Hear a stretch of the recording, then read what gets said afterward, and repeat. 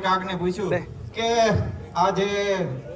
ધડ વગરના માથા અને માથા વગરના ધડ લડે છે તો એમાં સાત્યા કેટલું એમ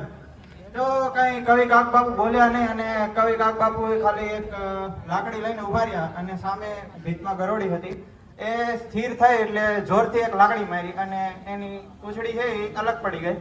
તો એ તરફડિયા મારવા માંડી અને કવિ કાક બાપુ બોલે છે કે જો આ ગરોળી છે એની પૂંછડી અલગ પડી ગઈ છે તો એ તરફડિયા મારે છે તો બેનો દીકરીઓની લાજ માટે અને ગાવલોની રક્ષા માટે ક્ષત્રિયોનો જે દીકરો હોય એ કેવી રીતે એમ લડી શકે એમ ગમે એટલા હોય એને મારીને પાછો આવે એટલા માટે ક્ષત્રિય કેવા છે કે હરિયલ ઘરેલ હોય જેના ફરિયામાં કુંજરડા ફરે પછી એને ભયની વાટું ન હોય કેહર બચાને કાગડા એટલે હરિયલ એટલે કે સિંહ અને કુંજર એટલે કે હાથી સિંહ જે હોય એની ગુફામાં હોય અને હાથીને એમ થાય સિંહ જેની ગુફામાં ના હોય તેથી હાથીને એમ થાય લાય બાપ લાય આના છોરડાને જરાક હેરાન કરતો જા હાથી જાય પણ હાવજ જ હોય ભલા મણા એ ત્રાળ નાખે ને તો એને સિંહ જ કહેવાય એ રીતે જે અમારું ક્ષત્રિયનું કુળ છે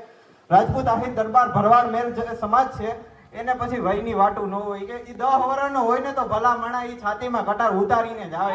એને રાજપૂત ભલા મણા એટલે કવિઓ લખે છે કે કવિઓ એટલે આ રાજપૂતો જે ક્ષત્રિયો હોય છે એ યુદ્ધના મેદાનમાં યુદ્ધ લડવા ઉતરે અને કવિઓ દોહાચારણ છંદ બોલવા ઉતરે એટલે દેવોએ દખલકારી ના કરવી એટલે